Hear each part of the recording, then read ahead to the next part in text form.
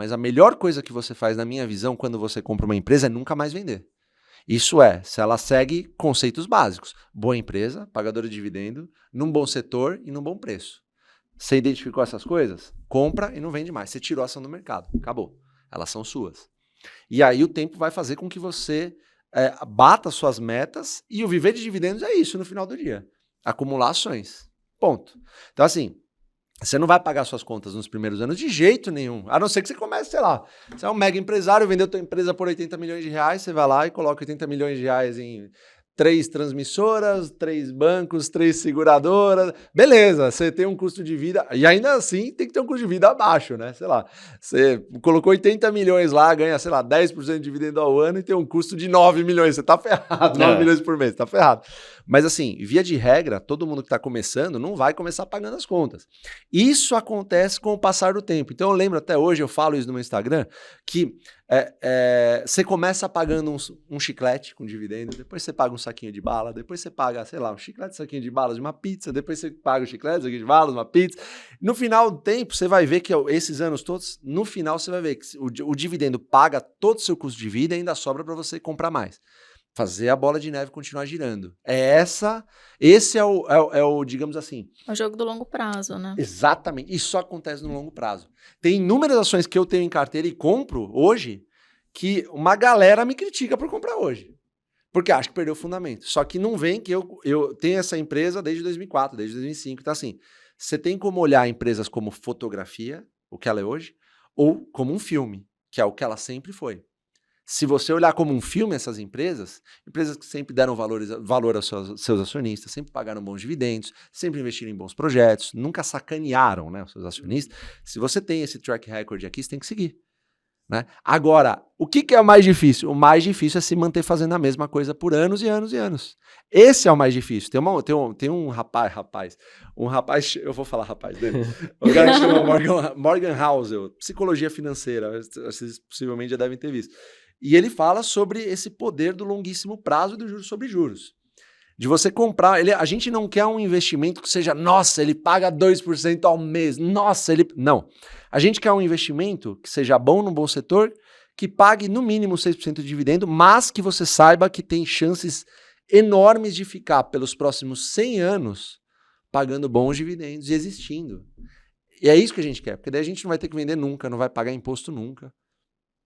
E isso é interessante porque quando você olha uma empresa e pensa no longo prazo e com a ideia de que ela vai pagar aqueles dividendos, sei lá, por 100 anos. Sim.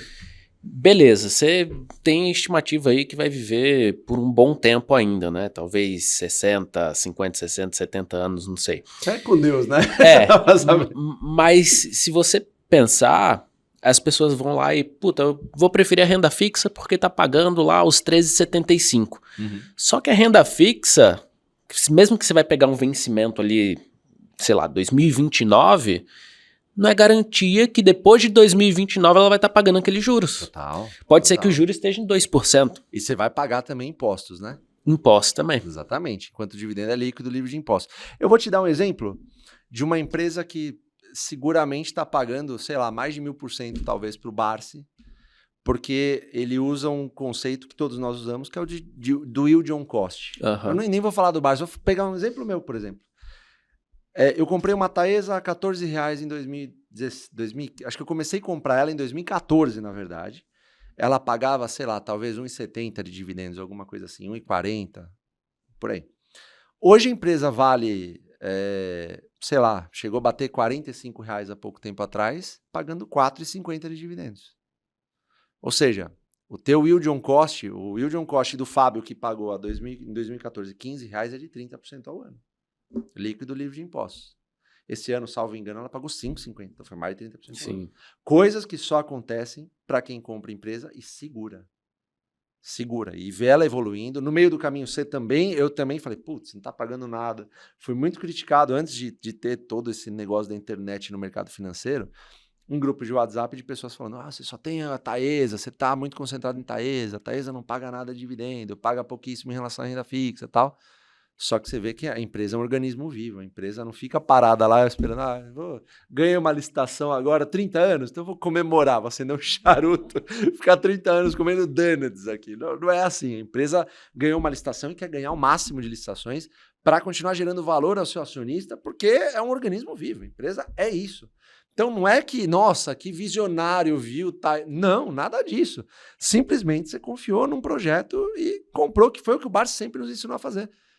Só que eu acho que acredito que o investidor, ele tem essa dificuldade de saber como avaliar uma empresa, né? É, Tipo, o total. porquê que eu vou investir nessa empresa e por que eu vou manter ela na minha carteira. Total. E pensando assim nisso, quais são os critérios que você avalia uma empresa antes de recomendar? Eu vejo primeiro os setores que ela tá, o setor que ela está estabelecido. Uhum. Então, assim, existem empresas que são extremamente previsíveis. O caso de transmissão é um deles. Por quê? Eu não sei se alguém já falou como é que funciona o negócio de transmissão em rápidas palavras aqui para vocês. Já falaram? Não. Como é que funciona o negócio de transmissão? A empresa entra numa licitação, a licitação diz assim, ó, você precisa fazer a transmissão, sei lá, desse estado para esse aqui. Tá? Beleza. Então, eu ofereço, a ANEEL, né? Eu ofereço 1 bilhão de RAP, que é o retorno anual permitido, para você fazer a ligação desse estado para esse aqui. Quem dá menos? Qual empresa faz por menos de 1 bilhão? Aí vem a Alupar, fala, ó, isso não lança. Isso é assim, um modo genérico, não é mais, um pouco mais complexo que isso, mas a base é essa. Então, vem uma Alupar e fala, eu faço por 900 milhões. Aí vem uma TRPL e fala, faço por 800. Aí vem a Taesa e fala, faço por 600. Ganhou a Taesa, exemplo. Então ela tem 5 anos para construir essas torres, que vão ligar estado A e estado B, por 600 milhões. Ela vai ganhar 600 milhões por ano reajustados por IGPM ou IPCA, ou seja, você está defendido de inflação. E ela tem 5 anos para construir. Então, assim, quer mais previsibilidade que isso? Eu não conheço. Você vai pegar um cliente que vai te pagar por 30 anos. Se você fosse olhar como empreendedor, você está pegando um cliente que vai ter uma receita por 30 anos e vai te pagar por 30 anos. Né? Eu fico comparando, sei lá, com um personal trainer. O cara vai lá, vai pegar um cliente, só que ele fica 1 ano lá com o cliente, talvez não renove, sei lá. A Taesa é 30 anos.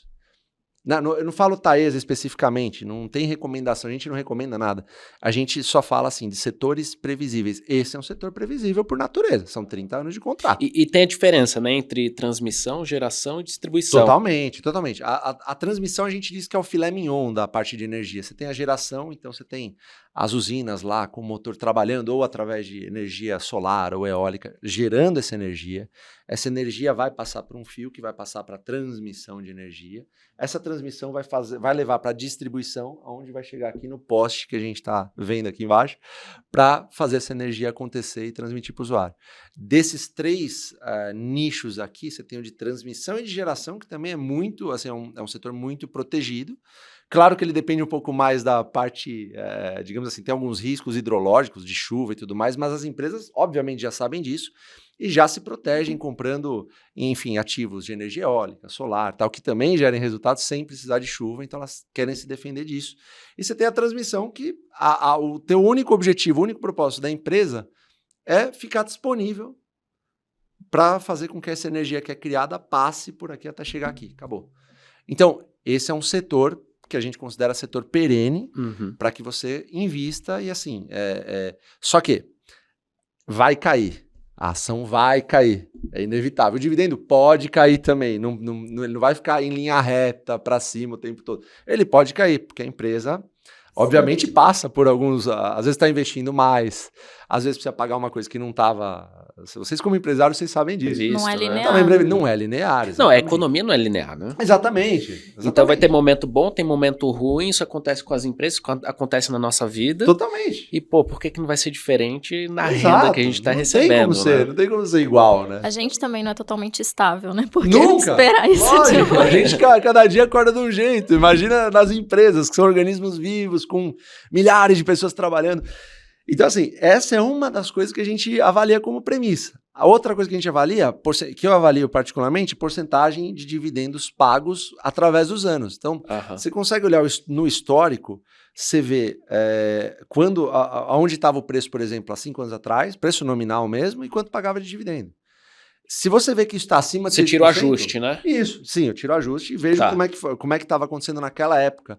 Se está num entorno de 6%, cara, já é um bom indício para que você compre. Outra coisa, os administradores da empresa. Cara, como é que eles comportaram diante dos acionistas? Eles sempre pagaram bons dividendos? A frequência é boa de pagamento de dividendos?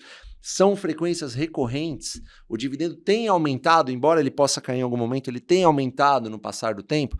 São coisas que a gente avalia que hoje estão assim de graça, né? A gente tem o AGF+, que é um aplicativo, que você baixa tranquilamente, consegue ver esses indicadores e você consegue ter uma decisão um pouco mais assertiva do que fazer no mercado.